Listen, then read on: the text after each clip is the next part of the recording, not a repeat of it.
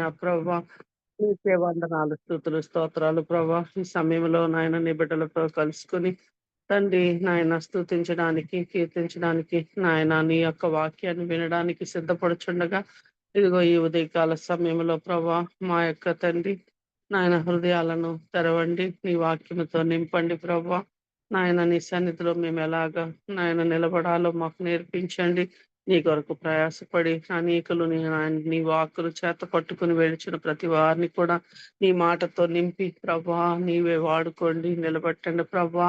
ఈ దినమంతా కూడా ప్రభా నాయన నీ కాపుదల దయచేయండి.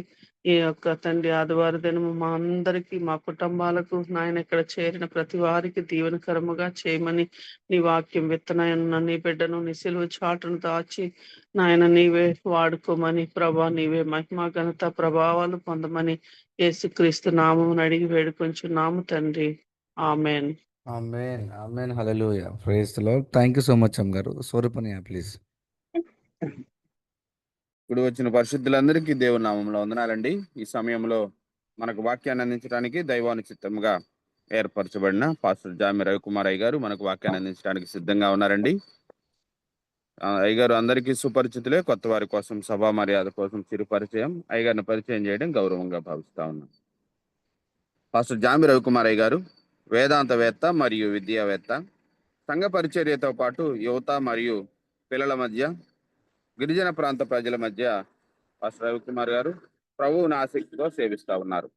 ప్రస్తుతం వారు విజయనగరం ఇమ్మానియేల్ బాప్టిస్ట్ సంఘ కాపురగా సేవలు అందిస్తున్నారు. పాస్టర్ రవికుమార్ అయ్య గారు మరియు వారి ప్రియ సతీమణి సునీత రవికుమార్ గారులకు గ్రేస్ అనే కుమార్తె కలరు. అయ్యగారిని, అయ్యగారి కుటుంబాన్ని దేవుడు దీవించిన విధానాన్ని బట్టి దేవునికి వందనాలండి. వెల్కమ్ టు అయ్యగారు, ప్లీజ్ అండి. యేసుక్రీస్తు నామంలో వచ్చే ఫెలోషిప్ పాల్గొన్న ప్రతి ఒక్కరు ప్రత్యేకమైన వందనాలు. అవకాశం ఇచ్చిన బాబు రత్నాకర్ గారికి, కోటింగ్ వారికి ప్రత్యేకమైన వందనాలు. ఈరోజు మన వాక్య ధ్యానాంశము 1 సమూయేలు గ్రంథం 13వ అధ్యాయం 14వ వచనం. యెహోవా తన చిత్తానుసారమైన మనసు గల ఒకని కనుగొని ఉన్నాడు. నీకు ఆజ్ఞాపించిన దాన్ని నువ్వు గైకొనపోతేవు గనుక యెహోవా తన జనుల మీద అతన్ని అధిపతిగా నియమించింది. అదేవిధంగా అపోస్తుల కార్యాల గ్రంథం 13వ అధ్యాయంలో ఈ విధంగా రాయబడి ఉంది. 22వ వచనం. తరువాత అతన్ని తొలగించి దావీదును వారికి రాజుగా ఏర్పరచాను. మరియు ఆయన, నేను యెష్యా కుమారుడైన దావీదును కనుగొంటిని, అతడు నా ఇష్టానుసారుడైన మనుషుడు, అతడు నా ఉద్దేశములన్నీ నెరవేర్చినని చెప్పి అతని గూర్చి సాక్ష్యం ఇచ్చాను. అలాగే 36వ వచనం. దావీదు దేవుని సంకల్పం చొప్పున తన తరమ వారికి సేవ చేసి నిద్రించి తన పితరుల యొద్దకు చేర్చబడి. ఈ చదువుబడిన వాక్య భాగాలను జాగ్రత్తగా గమనించినట్లయితే దేవుడు దావీదుని పరిచయం చేస్తూ చెప్తున్న మాటలు ఏంటంటే, నా చిత్తానుసారమైన మనసు గలవాడు అని చెప్పి 1 సమూయేలు 13వ అధ్యాయం 14వ వచనంలో చెప్తున్నాడు. అదేవిధంగా అపోస్తుల కార్యాల గ్రంథం 13వ వచనంలో నా ఇష్టానుసారుడైన మనుషుడు. సో ఒకటి దావీదుకున్న మంచి లక్షణాలు ఏంటంటే, ఒకటి దేవుని చిత్తాన్ని అనుసరించి నడుస్తాడు. రెండోది చూసినట్లయితే దేవునికి ఏదైతే ఇష్టమో, దేవుడు ఏదైతే ఇష్టపడతాడో, దేవుడు ఏ విధంగా అయితే ఆలోచన చేస్తాడో ఆ చేసిన ఆలోచనకి అనుగుణంగా తన వ్యక్తిగత జీవితంలో ముందుకు సాగినట్టుగా వాక్యం మనం సెలవిస్తుంది. కొన్నిసార్లు కొంతమంది జీవితాలు మనం పరిశీలన చేసినప్పుడు వారి జీవితంలో జరిగిన కొన్ని వ్యతిరేక పరిస్థితులను బట్టి ఏం చేస్తామంటే, కొంతమంది వ్యక్తులను మనం ఏం చేస్తుంటామంటే తృణీకరిస్తూ ఉంటాం. బట్ దావీదు జీవితంలో చూసినట్లయితే దేవుడే స్వయంగా చెప్తున్న మాట ఏంటంటే, 1వ రాజుల గ్రంథం 15వ అధ్యాయంలో కానీ మనం చూసినట్లయితే 3వ వచనంలో చెప్తూ ఏ విధంగా అంటాడు, అతడు తన తండ్రి పూర్వం అనుసరించిన పాప మార్గం అన్నింటిలో నడిచెను, తన పితరుడైన దావీదు హృదయము తన దేవుడైన యెహోవా యెడల యథార్థముగా ఉన్నట్లు అతని హృదయము యథార్థముగా ఉండలేదు.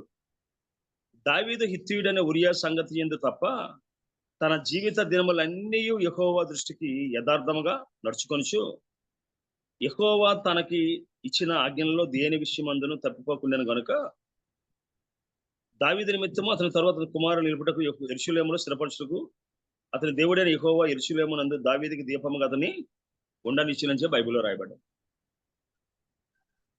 బైబిల్ పేతురు గారు చెప్పినట్టుగా అది మనుషుల వలన కలిగింది కాదు, దేవుని యొక్క పరిశుద్ధాత్మ ప్రేరణ వలన రాయబడ్డ మాటలు అవి.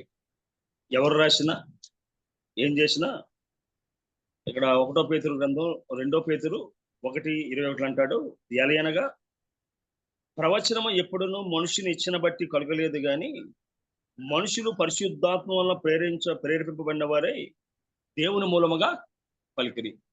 సో బైబిల్లో మనం ఏదైతే చదివామో, సో చదివిన వాక్య భాగాలన్నీ కూడా దేవుడు తన యొక్క పరిశుద్ధాత్మ ప్రేరణ చేత ఆయా గ్రంథకర్తల యొక్క హృదయంలో వాటి నుంచి సో దావీదుని గురించిన అనేక విషయాలు మనకి రాయించినట్టుగా వాక్యం మనకి తెలియజేస్తూ ఉంది. అంతేకాకుండా దావీదు యొక్క చరిత్రను కానీ మనం ఆలోచన చేసినట్లయితే దావీదు చరిత్ర 2 సమూయేలు 11 అధ్యాయంలోనే చరిత్ర అనేది ఆగిపోవాలి.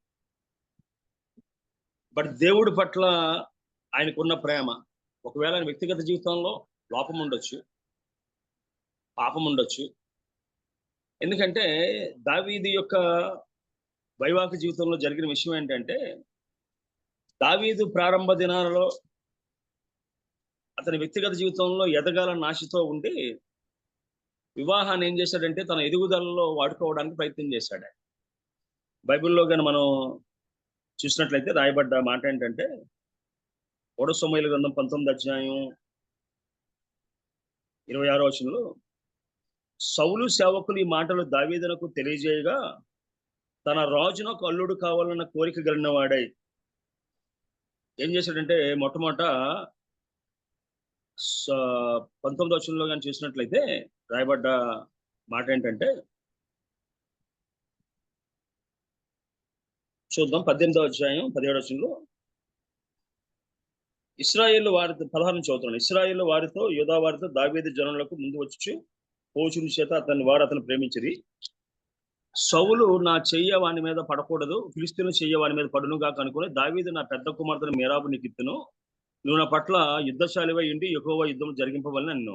అందుకు దావీదు రాజును కల్లుడొకటకు నేను ఎంతటి వాడను, నా స్థితి అయినను ఇశ్రాయిల్లో నా తండ్రి కుటుంబాన్ని ఏ పాటదని సౌలుతో అనను. అది సౌలు కుమార్తె అయిన మేరాబును దావీదుకి ఇవ్వవలసి ఉండగా సౌలు ఆమెను మొహలతీయుడైన అద్రీయేలుకి ఇచ్చి పెళ్లి చేశాడు. అయినప్పటికీ రాజు కల్లుడు కావాలని కొడుకుతో దావీదు ఏం చేశాడంటే మీకాయలను కూడా చేసుకోవడానికి ఇష్టం. సో నేను అనుకుంటాను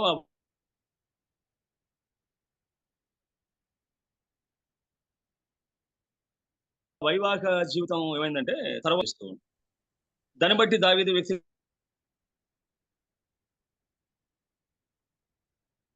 జీవితంలో ఎంత భక్తి ఉన్నా ఎంత ప్రేమ ఉన్నా కారణమైంది.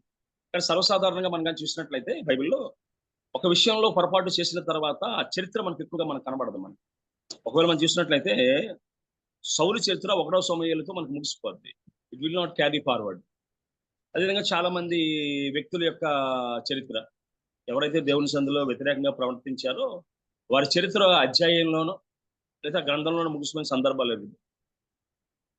కానీ దావీదు కోసం రాయబడ్డ అనేక మాటలు కానీ మనం చూసినట్లయితే నూతన నిబంధన గ్రంథాన్ని దేవుడు ప్రారంభిస్తూ అని అంటాడు, ఆయన అబ్రహాము కుమారుడైన దావీదు కుమారుడైన యేసుక్రీస్తు వంశావళి అని చెప్పి మత్తయి సువార్తని దేవుడు ప్రారంభిస్తాడు. 350 నుంచి 400 సంవత్సరాలు మౌనంగా ఉండిపోయిన దేవుడు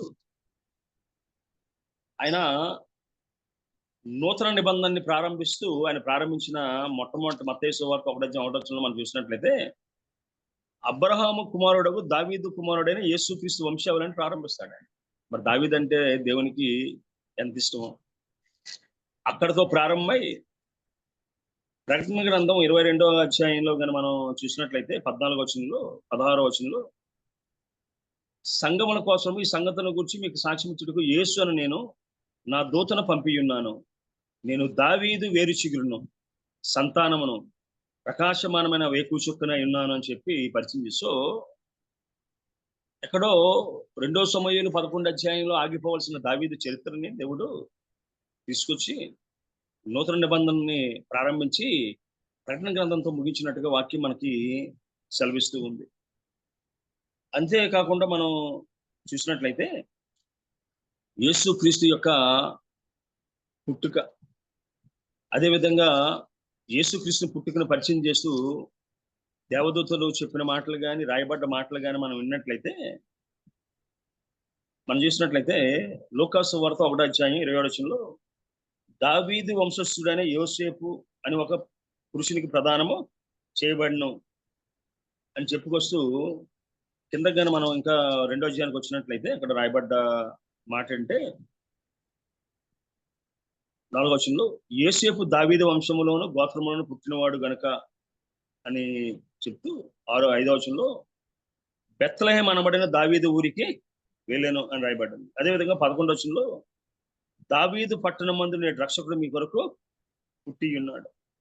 సో ఈ విధంగా కానీ మనం చూసినట్లయితే దావీదు దేవుడిని ప్రేమించాడు, అదేవిధంగా దేవుడు కూడా దావీదుని అత్యున్నతంగా ప్రేమించాడు. దావీదు యొక్క జీవితంలో మనం చూడవలసిన అనేకమైన అంశాలను కానీ చూసినట్లయితే కొన్నిసార్లు ఏమవుతుందంటే మనకి ఒక వ్యక్తిలో ఉన్న చిన్న పొరపాటు ఏం చేస్తుందంటే అతనిలో ఉన్న అనేక మంచి లక్షణాలను చూడకుండా కొన్నిసార్లు మనది ఆపేస్తూ ఉంటుంది. అసలు దావీదు అనే మాటకు అర్థం ఏంటంటే ప్రియుడు అని అర్థం. బిలౌడ్, దావీదు అనే మాటకు అర్థం ఏంటంటే ప్రియుడు అని అర్థం. సో దావీదు తన ఒక వ్యక్తిగత జీవితంలో ఆయన దేవుని సన్నిధిలో ప్రియుడిగానే ఆయన ప్రవర్తించినట్టుగా వాక్యం మనకి సెలవిస్తూ ఉంది. దేవుని పట్ల అద్భుతమైన ప్రేమ, అంత ప్రేమ ఇంక బైబిల్లో ఇంకెవరికి ఉన్నట్టుగా మనకి తెలియదు. బిలౌడ్, డియర్లీ లవ్డ్ అని చెప్పి రాయబడి ఉంది. సో ఈ దావీదు జీవితాన్ని కానీ జాగ్రత్తగా మనం చూసినట్లయితే దేవుని పట్ల అద్భుతమైన ప్రేమ కలిగిన వాడు. దేవుని మందిరం పట్ల ఆయనకున్న ఆసక్తిని కానీ మనం గమనించినట్లయితే యేసుక్రీస్తు కోసం పరిచయం చేస్తూ మన లోకాసు వార్తలో రాయబడమంటే ఆయన వార్డుకు చొప్పున దేవుని మందిరంకి వెళ్ళిన బైబిల్లో మనకు రాయబడి ఉంది. అదేవిధంగా యోసేపుకి ఏంటంటే, దావీదుకి ఏంటంటే దేవుడన్నా దేవుని మందిరం అన్నా చాలా ఇష్టం ఆయన. బైబిల్లో కానీ మనం చూసినట్లయితే సౌలుతో ఆయనకు యుద్ధం జరుగుతున్నప్పుడు ఆయన అన్న ఏకైక మాట ఏంటంటే రాజ్యం లేదని కానీ లేదు రాజభోగాలు నేను అనుభవించడం లేదని కానీ అనలేదు. కానీ ఆయన అంటాడు యెరూషలేముకు దూరముగా నేను మరణమును అందకపోవదును గాక అంటాడు. ఆయన యొక్క బాధ ఏంటంటే, ఆయన యొక్క ఇబ్బంది ఏంటంటే, అయ్యా నేను యెరూషలేముకు దూరంగా మరణము కాకుందును గాక. నిన్ను బట్టి ఏమవుతుందంటే నేను ప్రేమించిన దేవుని యొక్క మందిరాన్ని విడిచి నేను పరిగెట్టవలసి వస్తుంది. దేవుని మందిరంలో నాకు చోటు లేకుండా పోయింది. ఇప్పుడు మనం చూసినట్లయితే 1వ సమూయేలు గ్రంథం 26వ అధ్యాయం 20లో అంటాడు, లేదా 19 నుంచి చదువుతాను. రాజా నా ఏలినవాడ నీ దాసుని మాటలు వినుము. నా మీద పడవలనని యెహోవా నిన్ను ప్రేరేపించిన ఎడల నైవేద్యం చేసి ఆయన శాంతపరచవచ్చును. అయితే నరులు ఎవరైనా నిన్ను ప్రేరేపించిన ఎడల వారు యెహోవా దృష్టికి శాపగ్రస్తులవుదురు. వారు నువ్వు దేశం విడిచి అన్ని దేవతలను పూజించమని నాతో చెప్పి యెహోవా స్వాస్యమునకు హత్తుకొనకుండా నన్ను వెలివేయుచున్నారు. నా దేశమునకు దూరముగాను యెహోవా సన్నిధికి ఎడమగా నేను మరణము నందుకుపోవదును గాక. ఒకడు పర్వతం మీద కౌజపెట్టిన తరిమినట్టు ఇశ్రాయేలు రాజు అని ఉన్న మిన్నెలను ఎదురుకి బయలుదేరి వచ్చితివి అని చెప్పాడు. అందులో మనం చూసినట్లయితే ఒకే మాట అంటున్నాడు ఆయన, యెహోవా సన్నిధికి ఎడమగాను నేను మరణమును అందకపోవదును గాక. అయ్యా నా జీవితాన్ని దేవుని సంధిలో ప్రారంభించాను నేను. సో నేను నా దేవుని సంధిలోనే నా యొక్క జీవితాన్ని నేను ముగించాలని ఆశపడుతూ ఉన్నాను. భోగభాగ్యాలు, అదేవిధంగా రాజుగారు అల్లుడుగా కానీ సైన్యాధిపతిగా కానీ నాకు రావాల్సిన ఆధిక్యతలు నాకు కాదు, కానీ నా ఆశ, నా కోరిక ఏంటంటే నా జీవితం అనేది దేవుని సందులో ప్రారంభమైంది, దేవుని సందులో మిగిలిపోవాలని చెప్పి కోరుకుంటూ ఉన్నానని చెప్పి ఆయన చెప్తూ ఉన్నాడు. అంతేకాకుండా దేవుని మందిరం పట్ల దావీదుకున్న ఆసక్తిని కానీ మనం చూసినట్లయితే కీర్తన గ్రంథం 20వ అధ్యాయం 8వ వచనం ఈ విధంగా అంటున్నాడు, యెహోవా నీ నివాస మందిరమును నీ తేజో మహిమ నిలిచి స్థలములను నేను ప్రేమించుచున్నాను. మన వ్యక్తిగత జీవితంలో అనేక మందికి ఐ లవ్ యూ చెప్తూ ఉంటాం మనం, వ్యక్తులకో, మనుషులకో, లేదంటే దేశాలకో, లేదంటే మనం ఇష్టపడే ప్రాంతాలకు. ఈయన అంటున్నాడు, యెహోవా నీ నివాస మందిరమును నీ తేజో మహిమ నిలిచి స్థలమును నేను ప్రేమించుచున్నాను. అంతేకాకుండా ఆయన అంటాడు, నేను చిరకాలము యెహోవా మందిరములో నేను నివసింపగోరుచున్నాను అంటాడు ఆయన. ఒకటి, దావీదును ఎవరిని ప్రేమిస్తున్నావంటే, అయ్యా దేవుని మందిరాన్ని ప్రేమిస్తూ ఉన్నాను, ఆయన తేజో మహిమ నిలిచే స్థలాన్ని నేను ప్రేమిస్తూ ఉన్నాను. నీ కోరిక ఏంటి? అయ్యా చిరకాలము యెహోవా మందిరములో నేను నివసింపగోరుచున్నాను అంటాడు ఆయన.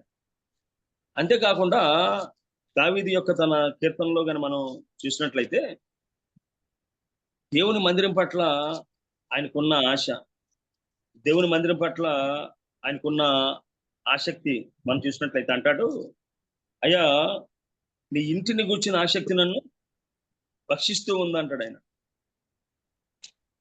కీర్తన 69:9 మనం చూసినట్లయితే, నీ ఇంటిని గూర్చిన ఆసక్తి నన్ను భక్షించున్నది, నేను నిందించే వారి నిందలు నా మీద పడి ఉన్నవి అంటాడు ఆయన. అంతేకాకుండా ఒకవేళ 120వ కీర్తన, ఆ యొక్క కీర్తనలు కానీ మనం చూసినట్లయితే అందులో ఆయన చెప్తున్న మాట ఏంటంటే, 122వ కీర్తన కానీ మనం చూసినట్లయితే, యెహోవా మందిరమునకు వెళ్ళుదమని జనులు నాతో అన్నప్పుడు నేను సంతోషించి తిని, యెరూషలేమా మా పాదములు నీ గుమ్మంలో నిలుచున్నవి అంటాడు.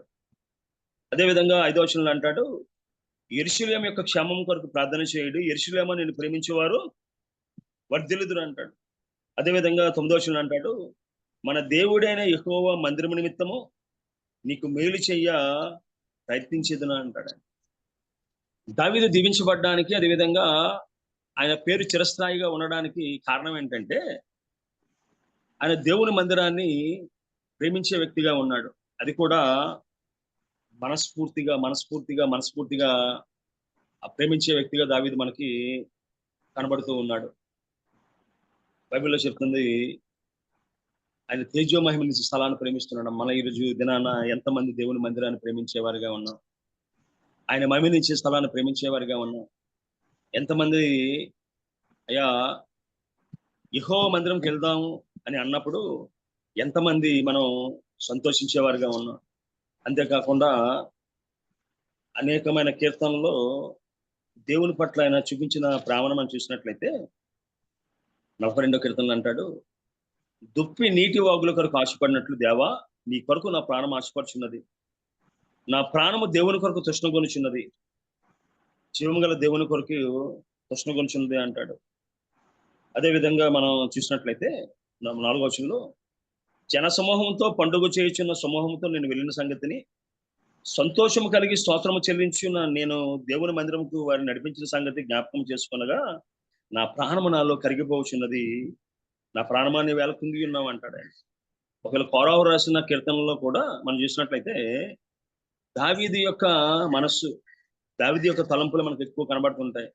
రాసిన 18వ కీర్తన మనం చూసిన కీర్తనలు ఎక్కువ మనం ఏం చూసినా, ఆ ఎక్కువ కీర్తనలన్నీ కూడా ఏం చేస్తుంటే దావీదు హృదయం దేవుని పట్ల ఏ విధంగా ఉంది అనే విషయాన్ని మనకి అవి గోచరిస్తూ ఉంటాయి. దావీదు హృదయాన్ని అవి రాసింది ఒకవేళ వాళ్ళు రాసినా మనం చూసినట్లయితే అక్కడ 84 కీర్తనలు అంటారు, యెహోవా మందిరావరణము చూడవాలని నా ప్రాణం ఎంతో ఆశపడుచున్నది, అది సొమశిలుచున్నది, జీవము గల దేవుని దర్శించుటకు నా హృదయమును నా శరీరమును ఆనందంతో కేకలు వేయుచున్నవి అంటారు. అంతేకాకుండా 4వ వచనంలో, నీ మందిరమునందు నివసించేవారు ధన్యులు, వారు నిత్యము నిన్ను స్తుతించుదురు అంటారు. సో అంతేకాకుండా 10వ వచనంలో, నీ ఆవరణంలో ఒక దినము గడపడం 1000 దినముల కంటే శ్రేష్టము, భక్తిహీనుల గుడారంలో నివసించుట కంటే నా దేవుని మందిరం ద్వారా నాకు ఉంటే నాకు ఇష్టం అని చెప్పి అంటున్నారు. వీళ్ళిద్దరి యొక్క పరిస్థితి ఒకటే. కోరాహు చేసిన పాపాన్ని బట్టి కోరాహు కుమారులు దేవుని సందులో ఉండగలిగే ఆధిక్యతను కోల్పోయి కేవలం వారు ద్వారపాలకులుగానే వారి జీవితంలో మిగిలిపోయారు. బైబిల్లో రాయబడ్డ మాట ఏంటంటే, ఒకవేళ సంఖ్యాకాండాన్ని మనం చూసినట్లయితే కోరాహును ప్రేరేపించిన వారు, కోరాహుతో నడిచిన వారు చనిపోయారు. కానీ కోరాహు కుమారులు ఎవరైతే ఉన్నారో వారు చనిపోలేదు. కానీ వారి యొక్క జీవితకాలంలో దేవుని సన్నిధిలో ఉంటూ దేవుని సన్నిధిలో వారు ద్వారపాలకులుగా ఉండేవారు. చూసినట్లయితే సంఖ్యాకాండం 26వ అధ్యాయం 11వ వచనంలో అయితే కోరాహు కుమారులు చావలేదు అని చెప్పి అక్కడ రాయబడింది. సో చావని కోరాహు కుమారుల సంతతి ఎలాగ వస్తూ దేవుని మందిరం ద్వారా ఎదుగు చేరారు వాళ్ళు. అలా ఎందుకంటారు, భక్తిహీనుల గుడారంలో నివసించుట కంటే నా దేవుని మందిరం ద్వారా నాకు మేలు అంటారు. సో దావీదు జీవితంలో కూడా దావీదు జీవితం యెరూషలేము మందిరంలోనే ప్రారంభమైంది. ఒకవేళ దావీదు పుట్టిన బెత్లెహేము గ్రామాన్ని జాగ్రత్తగా మనం పరిశీలన చేసినట్లయితే యెరూషలేము యొక్క మందిరానికి అవసరమైన పాపపరిహారార్థ బలి, అదేవిధంగా బలులకు కావలసినవన్నీ కూడా బెత్లెహేము వారే పంపించేవారు. వాళ్ళు బెత్లెహేములో ఉన్నవారు అందరూ ఎక్కువ మంది కాపరుల వారు, వ్యవసాయదారుల వారు. సో బెత్లెహేము మందిరానికి కావలసిన బలి పశువులన్నీ కూడా వాళ్ళే పెంచేవారు, వాళ్ళే పోషించేవారు, వాళ్ళే దేవుని మందిరానికి బహుమతిగా ఇచ్చేవారు. అంతేకాకుండా దేవుని మందిరానికి కావాల్సిన నైవేద్యాలు కానీ, ఉలివెనీయుని కానీ ఏ వచ్చినా సరే బెత్లెహేము గ్రామం నుంచే వచ్చేది. అది అందుకే దేవుడు ఆ గ్రామాన్ని ఇష్టపడ్డాడు, దేవుడు ఆ గ్రామాన్ని కోరుకున్నాడు. చిన్న గ్రామం, తక్కువ జనాభా. బట్ మనం చూసినట్లయితే గుడ్డివాడైన భర్తమయ్య అంటాడు, దావీదు కుమారుడా నువ్వు నన్ను వర్ణించవా, దావీదు కుమారుడా నన్ను దాటిపోవద్దా అంటాడు. కారణం ఏంటంటే ఆ చిన్న పట్టణము దేవుని మందిరాన్ని ప్రేమించే పట్టణంగా ఉంది. అంతేకాకుండా వారు యెరూషలేమును ప్రేమించేవారుగా ఉన్నారు.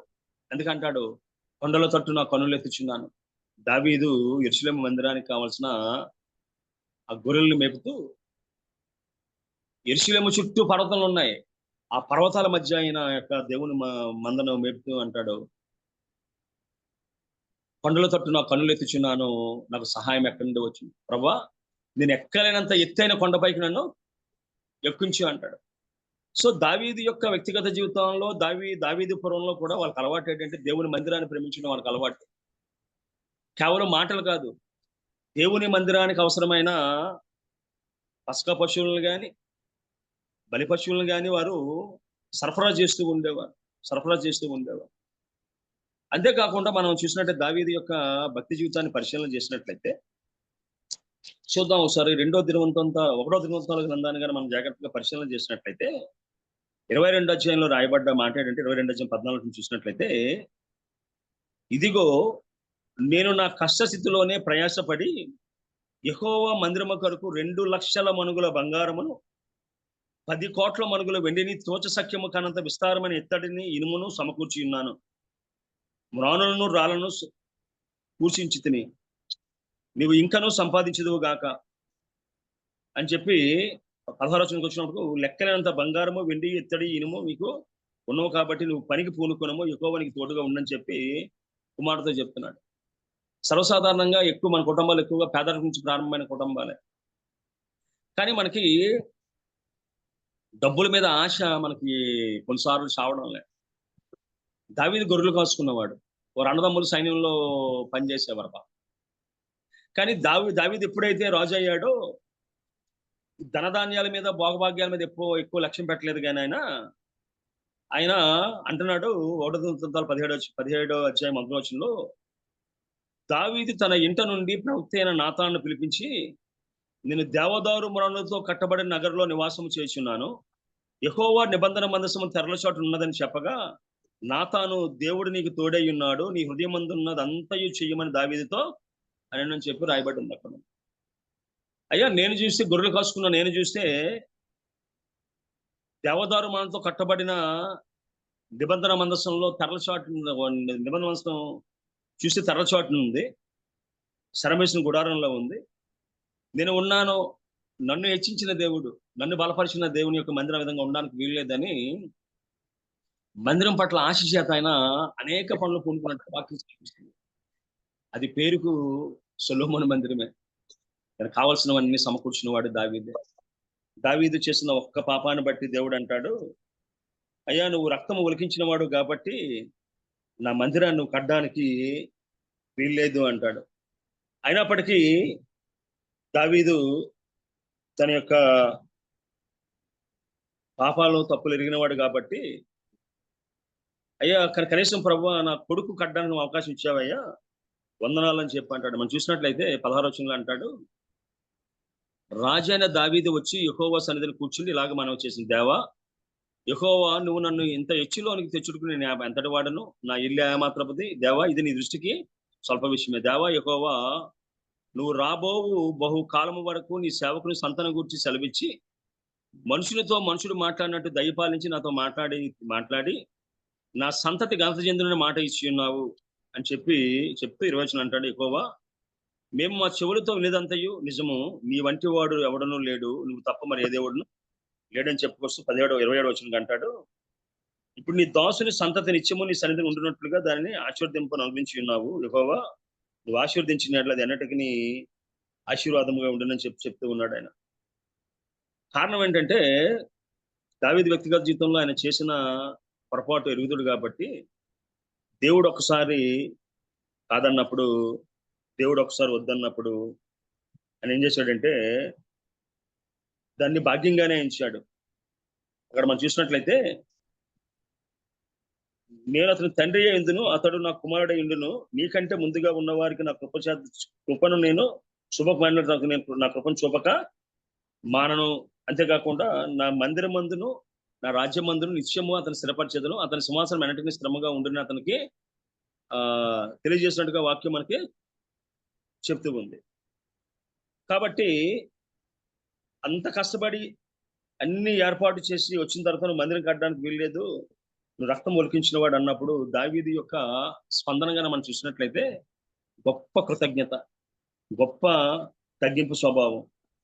అదేవిధంగా ఎందును బట్టి దేవుడు నాకు వద్దన్నాడు అనే విషయాన్ని గ్రహించి తన బిడ్డల పట్ల దేవుడు చేసిన వాగ్దానం పట్ల ఎంతో తృప్తి కలిగి ఉన్నట్టుగా వాక్యం సెలవిస్తుంది. దావీదు వ్యక్తిగత జీవితంలో దీవించబడడానికి నేను నమ్మే కారణం ఏంటంటే, దావీదు జీవితంలో పొరపాట్లు ఉన్నాయి.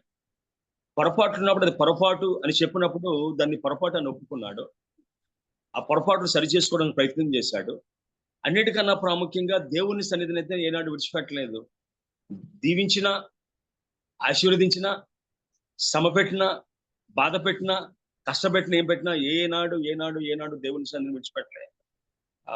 మాకు తెలిసిన హక్కు ఉంది.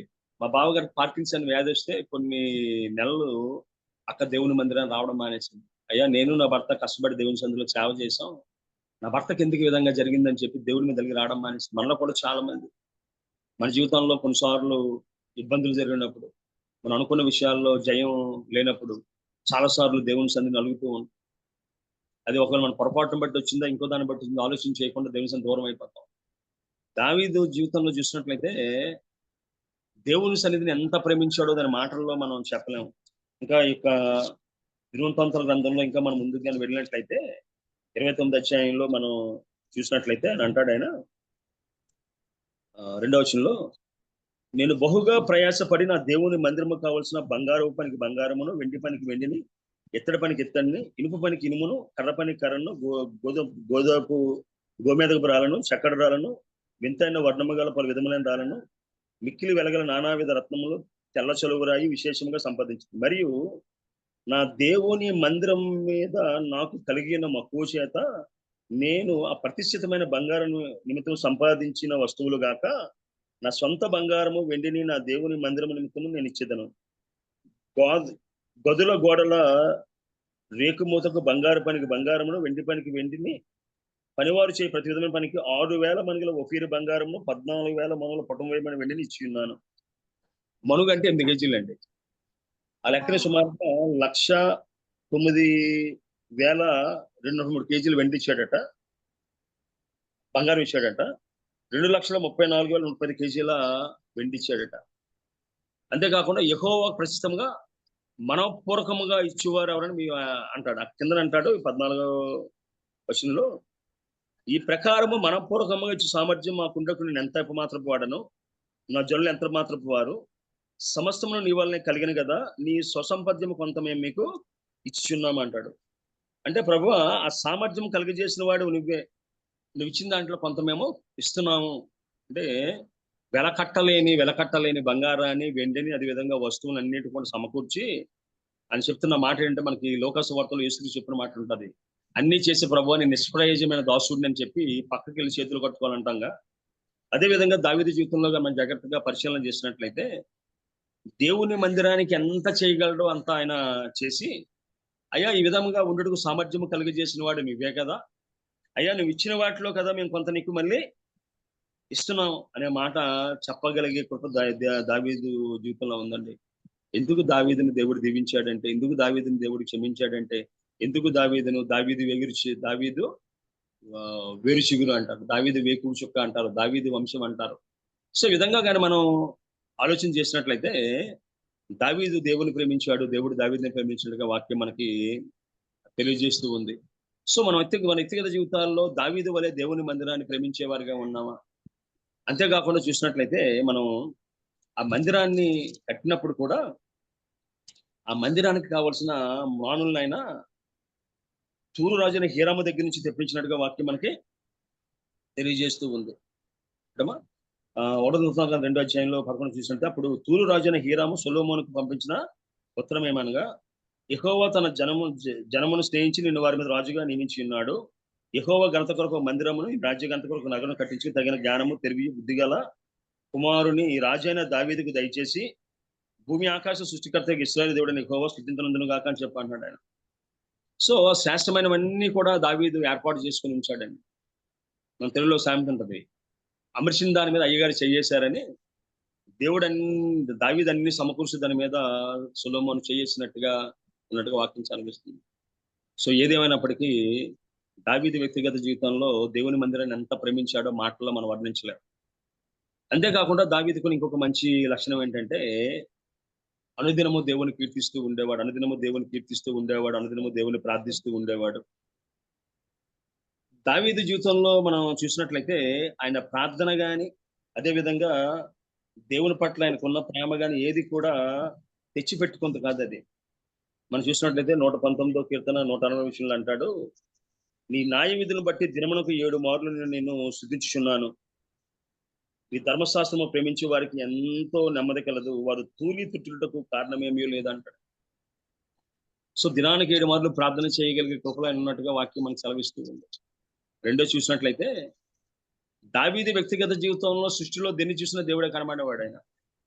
ఆయన యొక్క రచించిన కీర్తన గ్రంథాన్ని, కీర్తన అంటే స్తుతించుట, గణపరచుట. ఆయన వ్యక్తిగత జీవితంలో దేవుని స్తుతించడానికి, గణపరచడానికి సరిపోయిన జీవితం అంతా. మన బైబిల్లో చూసినట్లయితే అంటాడు, దేవునికి స్తుతి చేయుట మంచిది అంటాడు, దేవునికి స్తుతి చేయుట ఒప్పిదిమ అంటాడు ఆయన.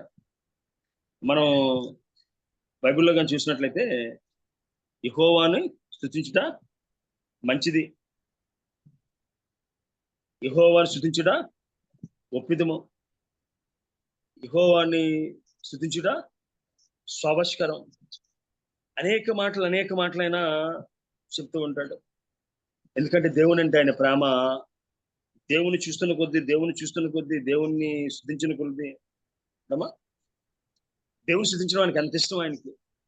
అందుకే వాటి కీర్తనలు అంటే మనం కానీ ఒకవేళ ఇప్పుడు చరిత్రగా పరిశీలన చేసినట్లయితే, ఏవైతే క్రైస్తవ ఉన్నాయో, ఏవైతే క్రైస్తవ పాటలు ఉన్నాయో, అన్నిట్లో కూడా దావీదు కీర్తనలోని వచనాలు లేకుండా, దావీదు కీర్తనలోని బ్యాక్గ్రౌండ్ లేకుండా ఉన్న ఏ పాట కూడా మనకు కనబడదు. 147 కీర్తనలు అంటాడు, యెహోవాను స్తుతించుడి, మనకు దేవునికి స్తోత్రగానం చేయుట మంచిది, అది మనోహరము, స్తోత్రము చేయుట ఒప్పిదము అంటాడు. 149 అంటాడు, యెహోవాకు క్రొత్త కీర్తన పాడుడి అంటాడు. సో మనం ఎక్కడ చూసినా కీర్తన గ్రంథంలో చూసినట్లయితే దేవుని స్తుతించడం మంచిది, దేవుని గణపరచడం మంచిది. అంతేకాకుండా ప్రతి దినము దేవుణ్ణి స్తుతిస్తూ ఉండేవాడు ఆయన, ప్రతి దినము దేవుణ్ణి గణపరుస్తూ ఉండేవాడు ఆయన. ఆయన జీవితం అంతా మనం చూసినట్లయితే 96 కీర్తనలో ఒకటి అంటాడు, యెహోవా మీద కొత్త కీర్తన పాడుడి, సర్వభూజనులారా యెహోవా మీద పాడుడి అంటాడు. అంతేకాకుండా ఈ కీర్తనలో కానీ మనం కానీ చూసినట్లయితే 92 అంటాడు, యెహోవాను సృజించడం మంచిది, మహోన్నతుడా నీ నామమును కీర్తించుట మంచిది. సో ఆయన వ్యక్తిగత జీవితంలో దేవుని మందిరాన్ని ప్రేమిస్తూ ఉండేవాడు, దేవుని కీర్తిస్తూ ఉండేవాడు. ఇందాక మనం చెప్పుకున్నట్టుగా 19వ అధ్యాయం 19వ కీర్తన కానీ మనం చూసినట్లయితే అక్కడ ఆయన ఈ విధంగా అంటూ ఉన్నాడు, ఆకాశములు దేవుని మహిమను వివరించున్నవి, అంతరిక్షం ఆయన చేతి పని ప్రచురపరుచున్నది, పగటికి పగలు బోధ చేయుచున్నది, రాత్రికి రాత్రి జ్ఞానము తెలుపుచున్నది. వాడికి భాష లేదు, మాటలు లేవు, వాటి స్వరము వినబడదని చెప్పి సృష్టిలో దేన్ని చూసినా దేవుడే కనబడేవాడు ఆయన. ప్రభా మనం 8వ అధ్యాయంలో కానీ చూసినట్లయితే విధంగా ఆయన అంటాడు 3వ వచనంలో, నీ చేతి పని నేను నీ ఆకాశములను, నువ్వు కలుగు చేసిన చంద్ర నక్షత్రములను నేను చూడగా, నువ్వు మనుషుని జ్ఞాపకము చేర్చుకున్నట్టుకు వాడు యాపాటివాడు, నువ్వు నరపతిని దర్శించుటకు వాడు యాపాటివాడు. 1వ వచనంలో అంటాడు, యెహోవా మా ప్రభువా ఆకాశములో నీ మహిమను కనపరచువాడా, భూమి అంతటా నీ నామం ఎంతో ప్రభావం గలది అంటాడు. సో ఈ సృష్టిలో మనం చూసినట్లయితే ఇప్పుడు మనం ఎక్కువ క్రైస్తవ ఫ్యామిలీకి అలవాటు ఏంటంటే సమ్మర్ లోనో బట్టలు వేసుకుని కొంచెం అవుటింగ్ వెళ్ళడం అలవాటు, ఊటీకో కొడైకెనాల్కో ఇతర దేశాలకో. ఆ అందాన్ని పొగుడుతూ ఉంటాం కానీ ఆ అందం ఇచ్చిన సృష్టికర్త ఎవరు అనే సృష్టిని మర్చిపోతుంటాం. కానీ దావీదు జీవితంలో సృష్టిలో దేన్ని చూసినా దేవుడే కనబడేవాడు ఆయన. తన వ్యక్తిగత జీవితంలో దేవుని కనపరచడం, దేవుని స్తుతించడం, దేవుని కీర్తించడం పనిగా ఆయన పెట్టుకున్నాడు ఆయన. మన జీవితంలో ఎన్ని కొత్త కీర్తనలు రాసిన వారిగా ఉన్నాం, ఎన్ని కొత్త కీర్తనలు పాడేవారిగా ఉన్నాం, ఎన్ని కొత్త కీర్తనలు నేర్చుకుని పాడేవారిగా ఉన్నాం. మనకు వచ్చిన పాటలు వెరీ లిమిటెడ్ సాంగ్స్ మాత్రమే మనకు వచ్చినాయి. సో మన వ్యక్తిగత జీవితంలో దేవుని కనపరిచేవారుగా, దేవుని స్తుతించేవారుగా ఉన్నాం. పువ్వు మీద దొరికినట్టుగా ప్రభా నీ వాక్యం దొరికినప్పుడు నేను సంతోషించాను అంటాడు, నేను స్తుతించడాన్ని ఆస్వాదించాను అంటాడు. దేవుని మందిరాన్ని ప్రేమించాడు, అదేవిధంగా దేవునికి గొప్ప ఆరాధకుడు ఆయన. బైబిల్లో దావీదు ప్రారంభ జీవితాన్ని మనం జాగ్రత్తగా చూసినట్లయితే అసలు దావీదు ప్రారంభం ఏంటి అని ఒకవేళ సమూయేలు గ్రంథంలో మనం చూసినట్లయితే అక్కడ రాయబడ్డ మాట ఏంటి 16వ అధ్యాయంలో మనం చూసినట్లయితే దేవుడు అంటున్నాడు, అయ్యా నా చిత్తానుసారుడు మనుషుడని చెప్పి ఆయన పరిచయం చేస్తూ ఈ 16వ అధ్యాయానికి వచ్చినట్టు మనం కానీ చూసినట్లయితే 15వ వచనంలో, సౌలు సేవకులు దేవుని యొద్ద నుండి వచ్చిన దురాత్మ ఒకటి నిన్ను వెరిపించి ఉన్నది, మా ఏలినవాడే నువ్వు ఆజ్ఞేయము, నీ దోషం మేము సిద్ధముగా ఉన్నాము, సితార చమత్కారముగా వాయింపగల యొక్కని విచారించుటకే మాకు సెలవేము. దేవుని యొద్ద నుండి దురాత్మ వచ్చి నిన్ను పట్టినప్పుడల్లా అతడు సితార చేత పట్టుకుని వాయించు చేత నిన్ను బాగుపడదు అనుకునగా అన్నప్పుడు చూసినట్లయితే 23వ వచనంలో, దేవుని యొద్ద నుండి దురాత్మ వచ్చి సౌలును పట్టినప్పుడల్లా దావీదు సితార చేత పట్టుకుని వాయింపగా దురాత్మ అతను విడిచిపోయిన అతడు సేదదీరి బాగుపడింది. సో దేవుడు దావీదు పట్ల ఎంత కృప కలిగి ఉన్నాడంటే ఆయన సితారా చమత్కారంగా వాయిస్తే చాలట దురాత్మలు పారిపోతూ ఉండేయట. కారణం ఏంటంటే 16వ అధ్యాయం 11వ వచనంలో రాయబడ్డ మాట ఏంటంటే, సమూయేలు తైలపు కొమ్మును తీసి వాని సహోదరుల ఎదుట వాడిని అభిషేకం చేశాను, నాటి నుండి యెహోవా ఆత్మ దావీదు మీదకి బహుబలముగా వచ్చిన. సో దావీదు దేవుని ఆత్మ కలిగిన వాడు. ఎప్పటి నుంచి? కేవలం చిన్న వయసు నుంచే, చాలా చిన్న వయసు నుంచే. ఎప్పుడైతే దేవుడు ఆయన అభిషేకించాడో, అభిషేకించిన క్షణం మొదలుకొని దేవుని ఆత్మ బహుబలంగా అతని మీదకి వస్తూ ఉండేది. ఎప్పటిలాగా ఇది నేమ్ ఆఫ్ జీసస్ అని మనం దురాత్మను తొయ్యవలసిన అవసరం లేదు, గద్దించాల్సిన అవసరం లేదు. కానీ ఆయన సితారా వాయించడం ప్రారంభిస్తే మరి దేవుని పట్ల ఆయనకున్న ప్రేమతో వాయించేవాడేమో, దేవుని పట్ల ఆయన ఉన్న కృతజ్ఞతతో వాయించేవాడేమో. మరి ఆ స్వరం ఎంత అద్భుతంగా వచ్చేదో, దేవుని సంతోషపరిచేది, దురాత్మలను అది వెళ్ళగొట్టగలిగేది. బైబిల్లో మనం చూసినట్లయితే దావీదుని మన తెలుగులో మనకి అన్నమయ్యని వాగ్గేయకారుడు అంటారు, తలపాక అన్నమయ్యచారిని. వాగ్గేయకారుడు అంటే అర్థం ఏంటంటే పాటలు తానే రాసి మ్యూజిక్ తనే కంపోజ్ చేసి ఆ పాడేవారిని వాగ్గేయకారుడు అంటారు. బైబిల్లో దావీదుని మించిన వాగ్గేయకారుడు ఎవరు లేరు. అనేకమైన కీర్తనలు రాశాడు, కీర్తనలకు సంగీతాన్ని సమకూర్చాడు, అంతేకాకుండా ఆయన స్వయంగా దేవుని సందులో కీర్తిస్తూ దేవుని గణపరుస్తూ ఉండేవాడు. అంతేకాకుండా ఇప్పుడు ఏదైతే మనకి ఇప్పుడు ఇప్పుడు ఏదైతే మనకి ఈ యొక్క ఆరాధనా క్రమం ప్రక్రియ మనకి ఉన్నాయో, సో ఉన్నవి దావీదు ఏర్పాటు చేసినవే. మందిరాన్ని ఏర్పాటు చేశాడు. మందిరంలో ఒక ఆరాధనా క్రమాన్ని ఆయన ఏర్పాటు చేశాడు. అంతేకాకుండా అనేక మంది గాయకుల్ని ఏర్పాటు చేశాడు. సంగీత సంబంధమైన వస్తువుల్ని ఏర్పాటు చేశాడు. ఎందుకంటే ఆయన స్వయంగా దేవుని ఆరాధించడం ఇష్టం. ఇశ్రాయేల్ కూడా ఆరాధించాలని ఒక ఆరాధన క్రమాన్ని ఏర్పాటు చేశాడు ఆయన. కేవలం దేవుని ఆరాధించడానికే, దేవుని గణపరచడానికే ఒక క్రమాన్ని ఏర్పాటు చేశాడు ఆయన. మనం అంటాం దేవుని మందిరం అంటే మనకి ఇష్టం అని, కానీ దావీదుకు దేవుని మందిరం అంటే ప్రాణమైన. దేవుని మందిరాన్ని ఎంత ప్రేమించాడో తెలియదు. ఆయన మాటల్లో మనకు అదే కనబడుతుంది. అయ్యా, యెరూషలేముకు దూరముగా నేను మరణము ఆకుందును గాక అంటాడు ఆయన. అంతేకాకుండా మనం చూసినట్లయితే లేవీల్ని ఏర్పాటు చేశాడు. చూద్దాం ఒకసారి దినవంతుల గ్రంథాన్ని కానీ మనం చూసినట్లయితే గ్రంథంలో దేవుని ఆరాధించేవారిని, అదేవిధంగా దేవుని మందిరంలో ఉన్నవారిని దేవుడు ఆయన ఏర్పాటు చేసిన వాక్యం మనకి సెలవిస్తుంది. చూద్దాం ఒకసారి 1 దినవృత్తాంతం 15వ అధ్యాయం మనం చూసినట్లయితే, దావీదు తన కొరకు దావీదుపురం మందు ఎండ్లు కట్టించాను, దేవుని మందసమునకు ఒక స్థలము సిద్ధపరిచి దాని మీద గుడారం ఒకటి వేయించిన చెప్పుకొచ్చిన తర్వాత అక్కడ మనం చూసినట్లయితే అహరోను సంతతి వారిని, లేవీయులైన కహాతు సంతతి వారి అధిపతులకు ఉజ్జీయేలు దాని బంధువులు 120 మందిని అలాగైనా ఏర్పాటు చేశాడు. అదేవిధంగా మనసాన్ని మోయడానికి వారిని ఏర్పాటు చేశాడు. అదేవిధంగా మనం చూసినట్లయితే 21వ వచనం చూసినట్లయితే, రాగమెత్తుటకును సితారాలు వాయించుటకును నిర్ణయించబడి లేవీలకు అధిపతి అయిన కెననియా మనసం మోయుటకును గట్టిబాడినందున అతడు మోతక్రమం నేర్పుడికే నియమింపబడ్డాడు. అదేవిధంగా సంగీతం చేయడానికి ఏర్పాటు చేయబడ్డారు.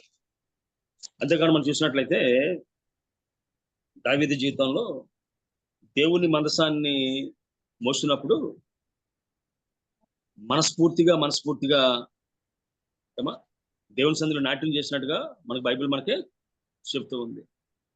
మనం చూసినట్లయితే 27వ వచనంలో 15-27 దావీదును మందసం మొయ్యు లేవీలందరూ పాఠకుల పనికి విచారణకర్తయగు కెనన్యగు సన్నపన చేయబడిన వస్త్రం ధరించుకుని ఉండిరి. దావీదు సన్నపనాడుతో చేయబడిన ఏఫోదును ధరించిన ఇశ్రాయేలందరూ ఆర్భాటము చేయుటూ కొమ్ములు బుర్రలు వదుచు తాళములను కొట్టుచు స్వరమండలములు సితారులో వాయించి యెహోవా నిబంధన మందసం తీసుకుని వచ్చింది. యెహోవా నిబంధన మందసము దావీదు పురంలోకి రాగా సౌలు కుమార్తెను మీకాలు కిటికీని చూచి రాజైన దావీదు నాట్యమాడుటయు వాయించుటయు కనుగొని తన మనసులో అతన్ని ఘనపరిచాను. సో పక్క వాయిద్యాలు వాయిస్తూ ఉన్నాడు, ఇంకో పక్క నాట్యం చేస్తూ ఉన్నాడు. 2వ సమూయేలు గ్రంథం 6వ అధ్యాయంలో కానీ మనం చూసినట్టు ఇంకా అక్కడ రాయబడ్డ మాట ఏంటంటే చాలా స్పష్టంగా రాయబడి ఉంది. దావీదట తన శక్తి కొలది దేవుని సందులో నాట్యం చేసినట్టుగా వాక్యం మనకి చెప్తుంది. 6వ అధ్యాయంలో కానీ మనం చూసినట్లయితే 2వ సమూయేలు గ్రంథం 6వ అధ్యాయంలో కానీ మనం చూసినట్లయితే 14వ వచనంలో యెహోవా మందసం మొయ్యేవారు ఆరేసి ఎడ్ల సాగగా ఎద్దు ఒకటి కొవ్విన దూడ ఒకటి వధింపబడును. దావీదు నారతో నెయ్యబడిన ఏఫోదును ధరించిన వాడే శక్తి కొలది యెహోవా సన్నిధిని నాట్యం ఆడుచుండెను. ఆయన వ్యక్తిగత జీవితంలో భక్తి అనేది నటన కాదు, ఆదివారం వచ్చేది కాదు, శుక్రవారం ప్రార్థనలో వచ్చేది కాదు, స్టేజ్ మీద వచ్చేది కాదు. ఆయన జీవితం దేవునితో అనుసంధానం చేయబడ్డది. ఆయన జీవితం దేవునితో కనివేసుకోబడ్డది. ఎందుకంటే ఆయన వ్యక్తిగత జీవితంలో చూసినట్లయితే 8 మంది సహోదరులు, అందులో 3 సౌలు యొక్క సైన్యంలో ఉన్నారు. సర్వసాధారణంగా చిన్నవాడిని ముద్దుగా చూస్తారు. దావీదుని తండ్రి వారు వెలివేసినట్టుగా గొర్రెల కోసం పంపిస్తే దావీదు యొక్క హృదయాన్ని దేవుడు చూశాడు. ఎందుకంటే మనుషులు ఎత్తుని తక్కిని లక్ష్య పెడితే దేవుడు హృదయాన్ని చూస్తాడు. సో హృదయాన్ని చూసిన దేవుడు అంటాడు ఆయన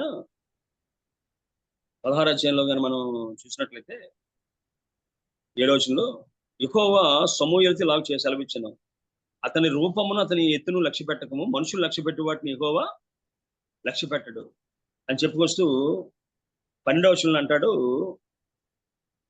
అతడు ఎర్రని వాడును చక్కని నేత్రం గలవాడును చూసుకు సుందరుడు వాడున ఉండెను. అతడు రాగానే నేను కోరుకున్నవాడు ఇతడే, నువ్వు లేచి వాడిని అభిషేకించమని యెహోవా సెలవేయ. ఎవరు కోరుకొని ఎవరు జ్ఞాపకుంచుకొని దావీదుని దేవుడు కోరుకున్నాడు. నేను కోరుకున్నవాడు ఇతడే. సో దావీదు యొక్క వ్యక్తిగత జీవితంలో దేవుడు కోరుకోవడానికి దావీదులో ప్రత్యేకత ఏమీ లేదు. అది కేవలం దేవుని కృప అనే సత్యాన్ని దావీదు వ్యక్తిగత జీవితంలో గ్రహించగలిగాడు. ఆయన ఎదిగిన విధానం కానీ, ఆయన అభివృద్ధి చెందిన విధానం కానీ, యుద్ధం చేసిన విధానం కానీ మనం చూసినట్లయితే దావీదు అంటాడు, జీవము గల దేవుని దూషించుటకు ఈ చిన్నత లేని ఫిలిష్తీయుడు ఏపాటి వాడు అంటాడు. అంతేకాకుండా 32వ వచనం 17-32 చెప్పిన మాట ఏంటంటే, ఈ ఫిలిష్తీని బట్టి ఎవరి మనసును కృంగనిమిత్తము లేదు, మీ దాసునైన నేను వానితో పోట్లాడుతున్న దావీదుతో సౌలుతో అనగా, సౌలు ఈ ఫిలిష్తీని ఎదుర్కొన్న వానితో పోట్లాడటకు నీకు బలము చాలదు, నువ్వు బాలుడువు, వాడు బాల్యం నుండి యుద్ధాభ్యాసం చేసిన వాడిని దావీదును.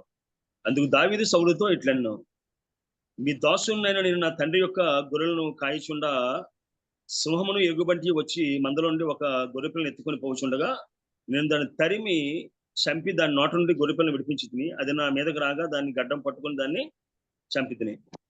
మీ దాసుని నేను ఆ సింహమును ఎలుగుబంటిని చంపితేనే జీవము గల దేవుని సైన్యం తిరస్కరించున్న ఈ లేని ఫిలిష్తీయుడు వాటిలో ఒకదాని వల్ల అవునని చెప్పినట్టుగా వాక్యం మనకి సెలవిస్తుంది. సో దావీదు వ్యక్తిగత జీవితంలో ఎరుగుదుడు, నా శక్తి కాదు, నా సామర్థ్యం కాదు, నా బలం కాదు, దేవుని కృపని. అందుకే యుద్ధానికి వెళ్ళినప్పుడు కూడా ఆయన ఏమంటాడంటే 47వ వచనంలో, అప్పుడు యెహోవా కత్తి చేతను ఈడి చేతను రక్షించేవాడు కాడని ఈ దండువారు అందరూ తెలుసుకుందరు, యుద్ధము యెహోవాదే, ఆయన మిమ్మల్ని మా చేతికి అప్పగించని చెప్పి ఫిలిష్తీయుల మీదకి గాతు వాడిని గొల్యాన్ని యుద్ధంకి వెళ్ళినట్టుగా వాక్యం సెలవిస్తుంది. సో మన వ్యక్తిగత జీవితంలో దావీదు వలె దేవుని ప్రేమించే వారికి ఉన్నామా? దేవుని మందిరాన్ని ప్రేమించే వారికి ఉన్నామా? ఆరాధించడంలో యోగ్యత కలిగిన వారిగా ఉన్నామా? దేవుని మనస్ఫూర్తిగా ఆరాధించే వారిగా ఉన్నామా? దేవుని సందులో నాట్యం ఆడేవారిగా ఉన్నామా? దావీదు తన స్థితిని దేవుని సందులో ఎందుకు ఎంచుకోలేదంటే ఆ స్థితికి కారణం దేవుడే. చెప్పుకుంటా వారి యొక్క మేఘాలకు చెప్పుకుంటూ వస్తాడు. అయ్యా అక్కడ మనం చూసినట్లయితే అక్కడ ఏమంటాడంటే 6:21 2 సమూయేలు, నీ తండ్రిని అతని సంతతిని విసర్జించి ఇశ్రాయేలు వారి మీద తన జనుల మీద అధిపతిగా నిర్ణయించుకున్నట్టుకే నన్ను ఏర్పరచుకున్న యెహోవా సన్నిధిని నేను అలాగో చేసి తిని, యెహోవా సన్నిధిని నేను ఆట ఆడి ఎంతకంటే మరి ఎక్కువగా నేను తృణీకరింపబడినా నా దృష్టికి నేను అల్పున్నాయని నువ్వు చెప్పిన పనికత్తుల దృష్టికి గండవుతున్న వాటితో చెప్పిన వాక్యం మనకు సెలవిస్తుంది. అంతేకాకుండా దేవుని మందసాన్ని కావడానికి ఆ ఏర్పాట్లు చేశాడు. దేవుని మందిసాన్ని ఉండడానికి గుడారం ఏర్పాటు చేశాడు. దేవుని మందిరానికి కావాల్సిన ఏర్పాట్లు ఆయన చేశాడు. మన వ్యక్తిగత జీవితంలో చాలా మంది ఏమనుకుంటామంటే దేవుని మందిరాన్ని 4 గోడలు అనుకుంటాం. 4 గోడలు కాదండి దేవుని మందిరం. దేవుని మందిరంలో స్వస్థతలు జరుగుతాయి. ఊచ చేయగలవాడు మందిరంలో బాగుపడ్డాడు. అదేవిధంగా 18 ఏళ్ళు నడుముంగిన స్త్రీ మందిరంలో బాగుపడింది. అది it is like a hospital. అదేవిధంగా వృద్ధులు ఆదరించబడే స్థలం అది. అయ్యా ఈ భేద విధవరాలు అందరికంటే ఎక్కువ వేసింది అన్నప్పుడు 100 మంది ఆ బిడ్డను ఆదరించారు. చాలా మంది ఆదరించారు. అది పాపాలు ఒప్పుకునే స్థలం. అది అనేక మంది పాపాలు ఒప్పుకున్నారు.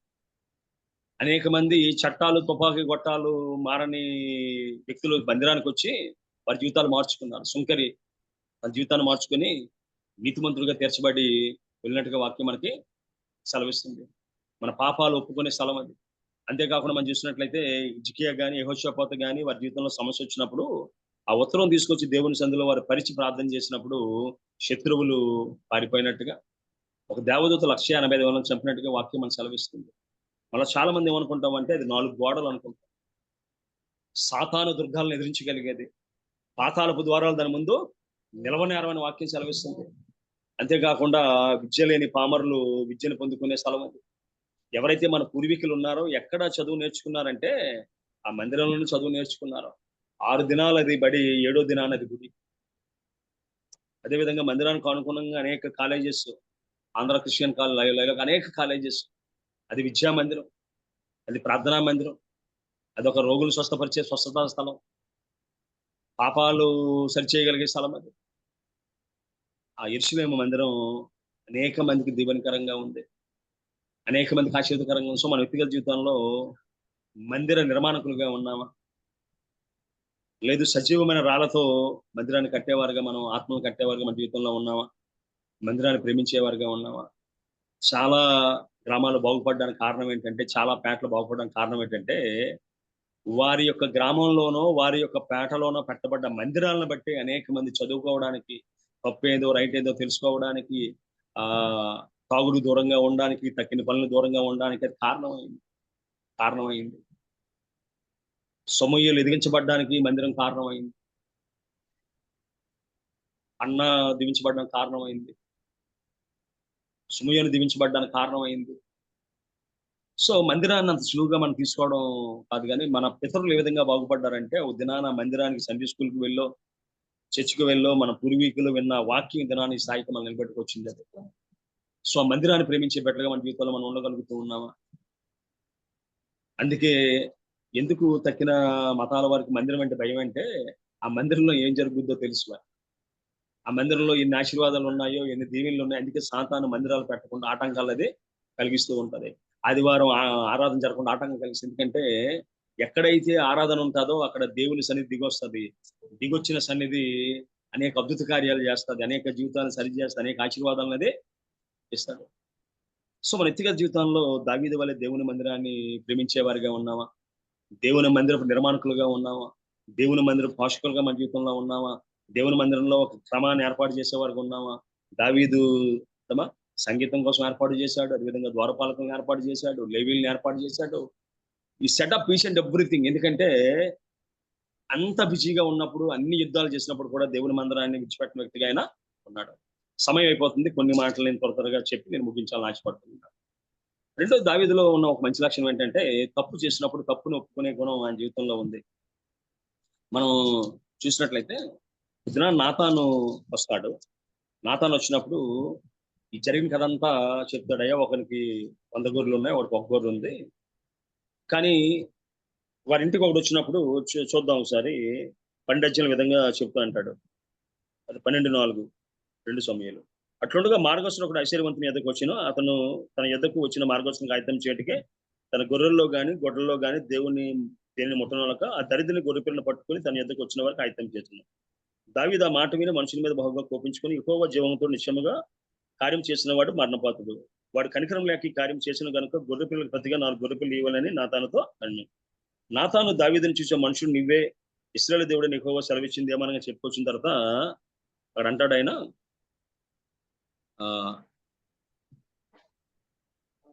13 అంటాడు, 1 ఎందును కిందకి ఇంకొచ్చినట్లయితే 13 అండి. నేను పాపం చేసిందని దావీదు నాతానుతో అనగా, నాతాను నువ్వు చావకుండా యెహోవా నీ పాపము పరిహరించిన అంట. మనం చూసినట్లయితే ఉరియాని చంపిన దావీదుకు నాతాను చంపడం సమస్య కాదని, బట్ ఆయన జీవితంలో నిర్ణయించుకున్న నిర్ణయం ఏంటంటే, దేవుని చేత అభిషేకం నందును అని నేను ముట్టను అనుకున్నాడు ఆయన. అందుకే సమూయేలును గౌరవించాడు, నాతాను గౌరవించాడు. అంతేకాకుండా తన పాపాన్ని బయట పెట్టిన నాతాను యొక్క పేరు తన కుమారుల్లో ఒకనికి నాతాను అని పేరు పెట్టుకున్నాడు. అంతేకాకుండా నాతాను జీవితాన్ని మనం చూసినట్లయితే సమూయేలు అభిషేకంలో ఉంటాడు, సమూయేలు పట్టాభిషేకంలో ఉంటాడు, సమూయేలు కూడా కొనసాగినట్టుగా వాక్యం సెలవిస్తుంది. అంతేకాకుండా చేసిన పాపాన్ని ఒప్పుకోవడం దావీదుకి ఉందని అందుకంటాడు. దావీదు కీర్తనలో మనం చూసినట్లయితే 32 కీర్తన రాయబడ్డ మాట ఏంటంటే ఆయన అంటాడు, 32 కీర్తనలో, నా దోషమును కప్పుకొనక నీ ఎదుటి నా పాపను ఒప్పుకుంటుని, యెహోవా నా సన్నిధిని నా అతిక్రమం ఒప్పుకుందని అనుకుంటుని, నువ్వు నా పాప దోషం పరిహరించి ఉన్నావు. అంతేకాకుండా 51వ కీర్తన మించిన పశ్చాత్తాప కీర్తన గాని, పశ్చాత్తాప ప్రార్థన గాని బైబిల్ ఇంకెక్కడ మనకు కనబడదు. అయ్యా నా అతిక్రమం నాకు తెలిసే, మనం ఏం చేస్తాం, ప్రభు నేను తెలిసి చేసిన పాపాలను క్షమించని ప్రార్థన చేస్తాం మనం. ఆయన అంటాడు, ప్రభు నా అతిక్రమం నాకు తెలిసే ఉన్నవి, నా యొక్క దోషము నా అతిక్రమం నాకు తెలిసే ఉన్నవి అంటాడు. అంతేకాకుండా నా పాపం పోగునట్లు నన్ను పవిత్ర పరచమంటాడు. అంతరంగంలో నూతనమైన మనసు పుట్టించి అంటాడు, శుద్ధహృదయం కలుగు చేయమంటాడు, అంతరంగంలో స్థిరమైన మనసు కలుగు చేయమంటాడు, సమ్మత గల మనసు అంటాడు, నీ పరిశుద్ధత నా నుండి తీసివేయొద్దు అంటాడు. అతిక్రమం నాకు తెలిసి ఉన్నవి, నా పాపం వెళ్ళినప్పుడు నా ఎదుట ఉన్నదని ఒప్పుకున్నట్టుగా వాక్యం సెలవిస్తుంది. సో దావీదు వ్యక్తిగత జీవితంలో దీవించబడడానికి కారణం ఏంటంటే పొరపాట్లు జరిగే దావీదు జీవితంలో, బట్ దాన్ని మనస్ఫూర్తిగా ఒప్పుకొని విడిచిపెట్టాడు ఆయన. అందుకే దేవుడు అంటున్నాడు, అయ్యా ఉరియా విషయంలో తప్ప ఇంకే విషయంలో దావీదులో పొరపాటు మనం కనుగొనలేమంటాడు. అంతేకాకుండా ఇందాక మనం చదివిన వాక్య భాగంలో దావీదు చెప్పిన మాట ఏంటంటే, గొర్రె పిల్లలకు ప్రతిగా 4 గొర్రె పిల్లలు ఇవ్వాలని చెప్పిన మాటకి దేవుడు ఏం చేస్తాడంటే, అమ్నోను చనిపోతాడు, అబ్షాలోము చనిపోతాడు, అదేవిధంగా పాపం చేత పుట్టిన బిడ్డ చనిపోతుంది, అదోనియా అన్నవాడిని సొలొమోను చంపేస్తాడు. సో నలుగురు, ఒక గొర్రె పిల్ల అయిన ఉరియాకి 4 గొర్రె పిల్లలను దేవుడు పట్టుకెళ్ళిపోయాడు. అన్ని ఎరిగిన దావీదు దేవుని సత్యవంతుడు, దేవుని నీతిమంతుడు,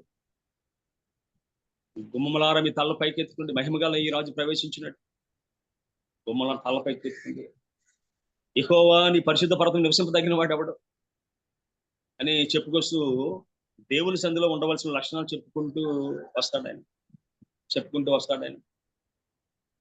దేవుడు తన చేసిన తప్పుకి ప్రతిగా తన 4 బిడ్డలను తీసుకెళ్ళినప్పుడు మౌనంగానే ఉండి బతిమాలాడు, దేవుని సంధిలో గోజాడాడు. ఆ బిడ్డ చనిపోయిన తర్వాత తిరిగి మళ్ళీ లేచి ఆహారం తిన్నట్టుగా వాక్యం సెలవిస్తుంది. ఎందుకంటే దేవుడు సత్యవంతుని సంగతి దావీదు ఎరుగుతుంది. ప్రభువా తీర్పు తీర్చినప్పుడు నువ్వు నిర్మలుడుగా పగుపడదు అంటాడు.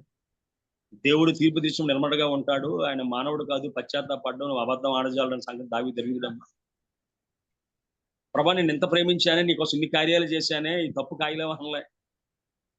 ఒకవేళ జనాభా లెక్క పెట్టిన కారణాన దేవుడు తెగులను పంపిస్తే అంటాడు, ప్రభా నేను పాపం చేశాను ప్రభువా, గొర్రెల లాంటి ఈ జనులు ఏం చేశారు ప్రభు అంటాడు అక్కడ. ఒకవేళ మనం 2 సమయంలో 24 అధ్యాయంలో కానీ ఒకవేళ మనం చూసినట్లయితే, ప్రభా 17 చూసినట్లయితే, దావీదు జనులు నాశనం చేసిన దేవదూతను కనుగొని యెహోవాకు ఇలాగ ప్రార్థించింది, చిత్తగించుము, పాపము చేసిన వాడు నేనే, దుర్మార్గం ప్రవర్తించిన వాడు నేనే, గొర్రెల వంటి వీరు ఏమి చేసిరి, నన్నును నా తండ్రి ఇంటి వారిని శిక్షించమన్నాడు. అంతేకాకుండా ఆయన ఎదుట 3 అంశాలు పెట్టినప్పుడు క్రమ 12లో ఈ విధంగా ఉంది, నువ్వు పోయి దావీదు ఇట్లనము, యెహోవా సెలవిచ్చినది ఏమనగా 3 విషయములు ఎదుట పెట్టుచున్నాను, వాటిలో ఒకదానిని నువ్వు కోరుకున్న ఎడల నేనేది నీ మీదకి రప్పించదు, నేను దానిని నీ మీదకి రప్పించదు. కావున గాదు దావీదునంత కూర్చిట్లని సంగతి తెలియజెప్పాను. నువ్వు నీ దేశం ముందు 7 సంవత్సరములు క్షేమం కలుగుడు ఒప్పుకుందువా, నువ్వు తరుముచిన శత్రులు నిలవలేక 3 నెలలు పారిపోటు ఒప్పుకుందువా, నీ దేశం ముందు 3 దినములు తెగులు రేగుటకు ఒప్పుకుందువా అన్నప్పుడు ఆయన అంటాడు, ఆయన అందుకు దావీదు నాకేమీ తోచుకున్నది, గొప్ప చిక్కుల్లో ఉన్నాను, ఎక్కువగా సాక్ష్యం గలవాడు గనుక మనుషుని చేతుల్లో పడకుండా ఎక్కువ చేతుల్లోని పడుదునుగా కానీ బాధతో అన్నట్టుగా వాక్యం కనిపిస్తుంది. దావీదు దీవించబడడానికి ఒకే ఒక్క కారణం ఏంటంటే, దేవుడు శిక్షించినా గద్దించినా విడిచిపెట్టలేదండి. నాకు దావీదుని చూస్తే ఇప్పుడు ఒక సంఘటన జ్ఞాపకం వస్తుంది. మా చిన్నప్పుడు పిల్లలు వాళ్ళ అమ్మ ఊరికి తీసుకెళ్ళాలంటే బస్ స్టాప్ దాకా తీసుకొచ్చి కాలు పట్టుకొని వదలరు, 2 కాళ్ళు పట్టేసుకుంటారు. చివరికి అమ్మ ఏమంటదంటే, సరే బయలుదేరరా, మీ నాన్న బట్టలు తెప్పిస్తానంట. ఆ విధంగా దేవుడు కొట్టినా తిట్టినా దావీదు అయితే దేవుని సంధిని ఏనాడు విడిచిపెట్టలేదండి. అందుకే దీవించబడ్డాడు, అందుకే క్షమించబడ్డాడు. అందుకే ఆయన అంటున్న మాట ఏంటంటే, నా చిత్తానుసారమైన మనుషుని కనుగొన్నాను, నా ఇష్టానుసారమైన మనుషుని కనుగొన్నానంట. అంతేగాని దావీదు జీవితంలో చూసినట్లయితే సౌలు దొరికాడు చాలా సార్లు చంపడానికి. ఆయన సౌలు గాని చంపితే 2 లాభాలు దావీదుకి. ఒకటి ఏంటంటే తన ప్రాణానికి భద్రత వస్తుంది, అంతేకాకుండా రాజుని చంపిన వాడు ఆటోమేటిక్గా రాజు అవుతాడు. కానీ అంటాడు, అయ్యా యెహోవా అభిషేకించిన వాడిని నేను ముట్టుకొని అంటాడు. 2 సందర్భాల్లో సౌలు దొరుకుతాడు ఆయన. సో సౌలు యొక్క ప్రాణం కన్నా, తన ప్రాణం కన్నా దేవుని యొక్క అభిషేకానికి విలువిచ్చిన వాడు దావీదు. ఎందుకంటే సౌలు తన సైన్యం 40 దినాలు పారిపోతే గొల్యాతుని చంపిన వాడు చిన్న వయసులో. సౌలు గారిని చంపడం పెద్ద పనేం కాదు, కానీ సౌలు దేవుని చేత అభిషేకం పొందినవాడు. ఆ యొక్క దేవుని పట్ల ఆయన చూపిన గౌరవాన్ని దేవుడు పరిశీలన చేస్తూ ఉన్నాడు. దేవుడు ప్రేమ కలిగిన దేవుడు. తప్పు చేసావా శిక్షిస్తాడు, దేవుని కోసం నిలబడ్డావా దీవిస్తాడు. అందుకే దావీదు దీవించబడ్డాడు. అంతేగాని అద్భుతమైన ఇంకో విషయం ఏంటంటే, ఆయన అంటాడు 2 సమూయేలు 9వ అధ్యాయంలో, అయ్యా నేను యోనాతానును బట్టి ఉపకారం చేయుటకు సౌలు వంశంలో ఎవరైనా ఉన్నారా అంటాడు ఆయన. ఎందుకంటే man of God's own heart. కాబట్టి నేను అడుగుతాడు ఈ విధంగా, అయ్యా నేను యోనాతాను బట్టి సహాయం చేయటకు ఎవరైనా ఉన్నారని చెప్పి తన సేవకులు అడిగినట్టుగా వాక్యం సర్వసాధారణంగా మనం చూసినట్లయితే చూద్దాం. 2 సమూయేలు 9:1 యోనాతాను బట్టి నేను ఉపకారం చూపుటకు సౌలు కుటుంబంలో ఎవడైనా కలడాన్ని దావీదుని అడిగాను. వచ్చిన తర్వాత 7వ చూసినట్లయితే, దావీదు నువ్వు భయపడవద్దు, నీ తండ్రి అయిన యోనాతాను నిమిత్తం నిజంగా నేను ఉపకారం చేపి నీ పితరుడైన సౌలు భూమి అంతయు నీకు మరలా ఇప్పించదు, మరియు నువ్వు సదాకాలం నా బల యొద్దన భోజనం చేయదు అని సెలవీయగా. సర్వసాధారణంగా ఏమనుకుంటామంటే శత్రుశేషం, నృశేషం, అభిషేకం ఉండకూడదని చెప్పి శత్రు సంబంధించిన చిన్నపిల్లలను కూడా చంపేస్తుంటారు. మనకి యొక్క కొన్ని ప్రాంతాల్లో చూసినట్లయితే ఈ ఫ్యాక్షనిస్టులు ఏం చేస్తారంటే గర్భంతో ఉన్న వాళ్ళని కూడా చంపేసే పరిస్థితి అనేది. కానీ దావీదు జీవితంలో చూసినట్లయితే యోనాతాను బట్టి ఉపకారం చేసి, ఎందుకంటే దేవుని నామంలో ప్రమాణం చేశాడు ఆయన. అంతేకాకుండా వారు చనిపోయినప్పుడు కూడా అద్భుతమైన పాట రాస్తాడు ఆయన. సో దావీదు జీవితంలో దీవించబడడానికి ఒకే కారణం ఏంటంటే దేవుని మందిరాన్ని ప్రేమించేవాడిగా ఉన్నాడు. అంతేకాకుండా ఒక మాట చెప్పి మనం ముగించుకున్న సమయం లేదు కాబట్టి, అయ్యా నీ వాక్యము నా పాదముల దీపమున్న త్రోవకు వెలుగైనది అంటాడు. అయ్యా యాకోబుకు నువ్వు వాక్యం ఇచ్చావు, అయ్యా ప్రభా నువ్వు అన్నింటిలో కూడా నీ వాక్యాన్ని నువ్వు ఇచ్చించావు అన్న మాట మనకి రాయబడి ఉంటుంది. దేవుడు తను ఇచ్చిన వాక్యమును హెచ్చించినని చెప్పి బైబిల్లో మనకి రాయబడి ఉందండి. ఈ దావీదు వాక్యానుసారంగా జీవించడానికి ప్రయత్నం చేశాడు తన వ్యక్తిగత జీవితంలో. అంతేకాకుండా మనం చూసినట్లయితే అని అంటాడు 130 కీర్తన 2వ నీ పరిశుద్ధ లాయముతో నేను నమస్కారం చేయుచున్నాను, నీ నామం అంతటి కంటే నీకు ఇచ్చిన వాక్యము నువ్వు గొప్ప చేసి ఉన్నావు అంటాడు. అందుకనే ఒకవేళ 119వ కీర్తన కానీ మనం కానీ చూసినట్లయితే దానికి మించిన కీర్తన వాక్యం కోసం రాయబడ్డ మాటలు అందులో ఎలా ఉంటాయంటే 9వ యవనస్తులు దేని చేత అన్నతను శుద్ధిపరచుకుందరు, నీ వాక్యం బట్టి కదా అంటాడు. 11వ అంటాడు, నీ ఎదుట నేను పాపం చేయకున్నట్టు నా హృదయంలో నీ వాక్యమును ఉంచుకుని ఉన్నాను అంటాడు. అంతేకాకుండా నీ శాసనాలు నాకు సర్వసంపదలో దొరికినట్లు అంటాడు. అదేవిధంగా నేను నీ ధర్మశాస్త్రం మందు ఆశ్చర్యమైన సంగతులను చూచినట్లు నా కనులు తెరవమని ప్రార్థన చేస్తాడు. ఇంకా చాలా విషయాలు మనకు అక్కడ ఉన్నాయి. నీ వాక్యము నన్ను బతికించి ఉన్నదే అంటాడు. నీ వాక్యము నా బాధలో నాకు నెమ్మది కలిగించిందని చెప్పి అన్నాడు. అదేవిధంగా నీ వాక్యము నా జీవకు ఎంతో మధురములు, నా నోటికి తేనె కంటే తీపిగా ఉన్నావంటాడు. నీ వాక్యము నా పాదము దీపం అంటాడు. 130 కీర్తనలో నీ వాక్యమును బట్టి నా అడుగులు స్థిరపరచము, ఏ పాపము నన్ను ఏలనీయకము అంటాడు. నీ ధర్మశాస్త్రం నాకు ఎంతో ప్రియమై ఉన్నది. 97వ దినమెల్లా దాన్ని నేను ధ్యానించున్నాను అంటాడు. నీ వాక్యం మీద నేను ఆశ పెట్టుకున్నాను అంటాడు. 92వ అంటాడు, నీ ధర్మశాస్త్రం నాకు సంతోషం, నేను ఎడల నా సమయంలో నేను నశించిపోదును అంటాడు. సో ఎక్కువ మనకు సమయం దొరకలేదు కానీ, సో దావీదు జీవితంలో దీవించబడ్డానికి కారణం ఏంటంటే, ఒకటి దేవుని మందిరాన్ని ప్రేమించాడు, దేవుణ్ణి హృదయంతో ఆరాధించాడు, దేవుని సంధిలో శక్తి కొలదిగా నాట్యం చేశాడు, దేవుని అభిషేకాన్ని గౌరవించాడు, దేవుని వాక్యానికి విలువిచ్చాడు. మన వ్యక్తిగత జీవితాల్లో దావీదు వలె దేవుని మందిరాన్ని ప్రేమించగలిగే బిడ్డలుగా ఉంటున్నామా లేదా? దేవుని స్తుతించి ఆరాధించి గణపరిచే బిడ్డలుగా ఉంటున్నామా లేదా? మన కలిగిన సంపదలో దేవునికి ఇవ్వడానికి సిద్ధంగా ఉన్నామా? మనం దీవించబడ్డానికి, హెచ్చించబడ్డానికి కారణం దేవుడే నమ్ముతూ ఉన్నామా? దేవునికి మనం ఎంత ఇచ్చినా ఆయన ఇచ్చిందే. దేవుడు మనం ఎంత ఇచ్చినా ఆయన ఇచ్చిన స్వసంపదలో కొంత తిరిగానికి మనం ఇస్తున్నాం. ఆశ మన జీవితంలో ఉందా? దావీదు వలె తేజోమహిమ స్థలాన్ని ప్రేమిస్తూ ఉన్నామా? మన జీవిత ఆశ ప్రభు చిరకాలము దేవుని మందిరం నేను విసంపగోల్చున్నాను అంటున్నాడు. ఒకవేళ అట్టి ఆశ దేవుడు మన హృదయంలో దయచేయను గాక. శత్రువుని ప్రేమించగలిగిన వాడు, అదేవిధంగా అప్పుల్లో ఉన్నప్పుడు కూడా అప్పుల్లో ఉన్న వారిని ఆదరించాడు, తల్లిదండ్రులను తన ఎద్దకు తీసుకొని వచ్చాడు. ఎవరి దగ్గర ఉన్న గొప్ప నమ్మకస్తుడుగా ఉన్నాడు, ఎవరి దగ్గర ఉన్న దేవుని పట్ల ఆశ నమ్మకాన్ని కోల్పోలేదు. రెండోది ఆయన జీవితంలో చూసినట్టు ఏనాడు దేవుడిని నిందించిన సందర్భం దావీదు జీవితంలో కనుగొన మనం. తన పాపాలను తను ఒప్పుకుంటూ సరిచేసుకుంటూ ముందుకు వెళ్ళిపోయాడు. కాబట్టి 2 సమూయేలు 12 ఆగిపోవాల్సిన చరిత్ర మత్తయి సువార్త దాటి ప్రకటన దాకా వచ్చింది. ఇది నాన్న దావీదు జెండాని వాళ్ళు వినియోగిస్తూ ఉంటారు. ఇశ్రాయేల్ దేశం దావీదుగా ఇజ్రాయెల్ దేశంలో గొప్ప ప్రత్యేకం దేవుడు ఏర్పాటు చేశాడు. సో మన వ్యక్తిగత జీవితంలో కూడా దావీదు వల్లే దేవుని మందిరాన్ని ప్రేమించేవారుగా, ఆయన స్తుతించేవారుగా, గణపరిచేవారుగా ఉండగల దేవుడు అందరూ దయచేయను గాక. అందరికీ వందనాలు. థ్యాంక్ యూ వెరీ మచ్ అండి.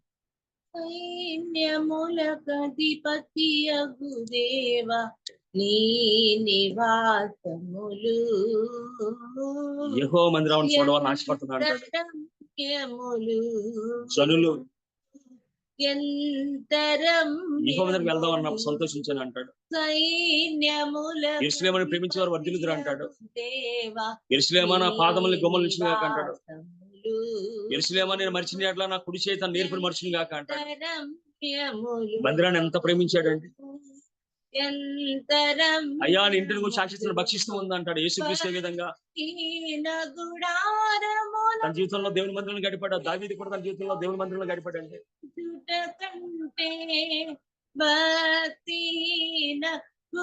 రాజ్యంలో సింహాసనంలో ఉండడం కంటే దేవుని మందిరంతో ఉండడం ఇష్టం అని చెప్పి అంటాడు ఆయన.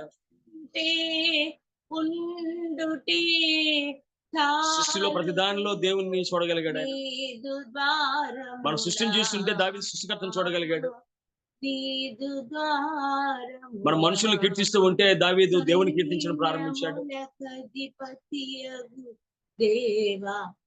అది ఒప్పిదము, అది మంచిది, అది స్వావష్కరం అంటాడు ఆయన.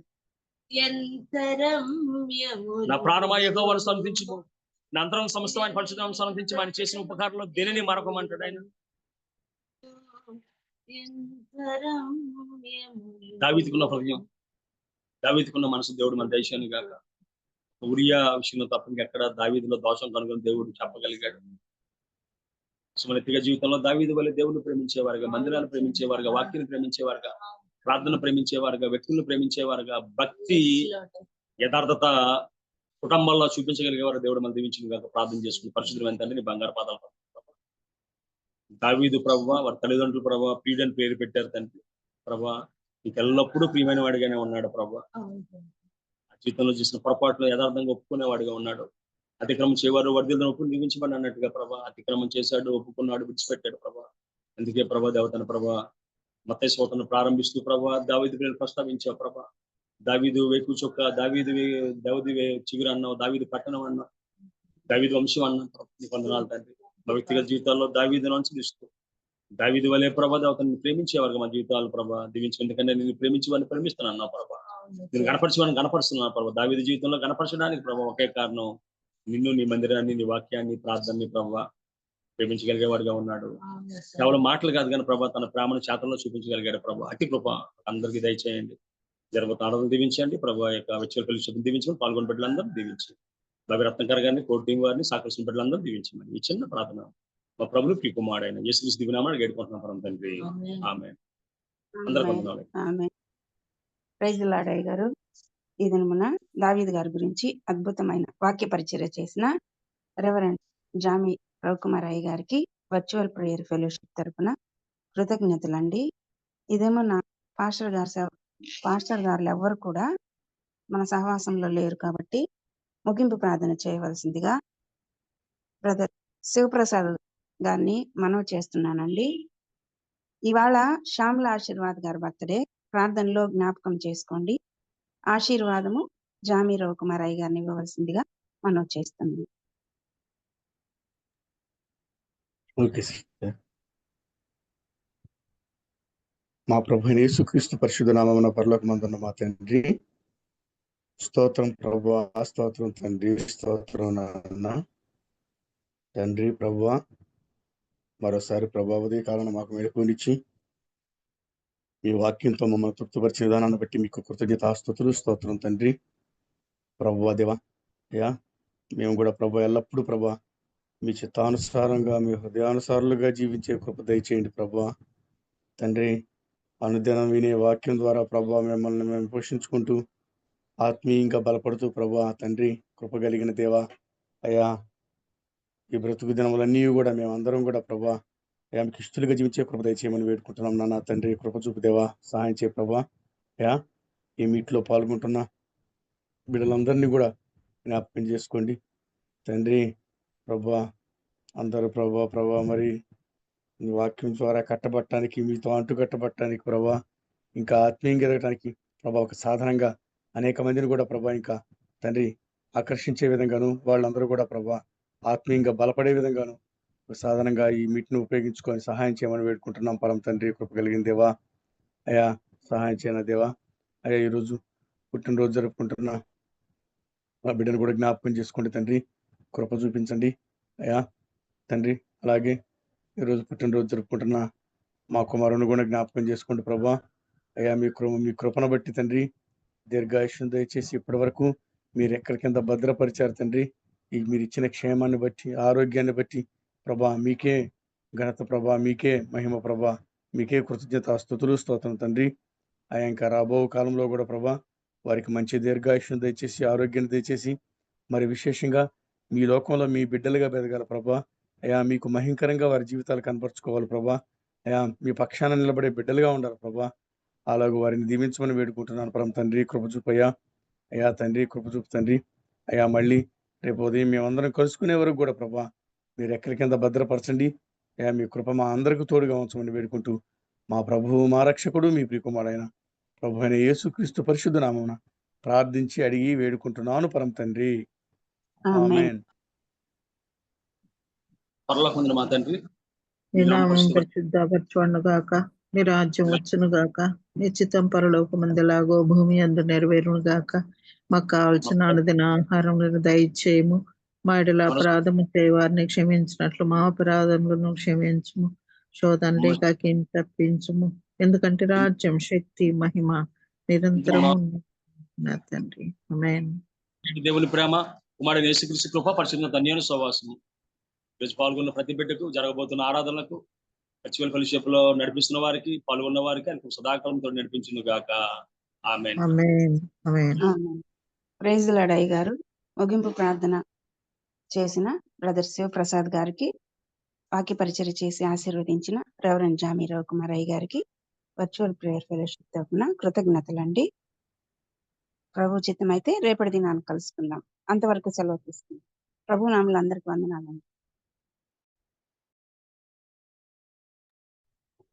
సో ఈరోజు అలానే శ్యామలమ్మ గారి బర్త్డే అండి. మీరు వీళ్ళైతే విష్ చేయండి ఒకసారి. అందరికీ వందాలండి. Thank you. Happy Father's day.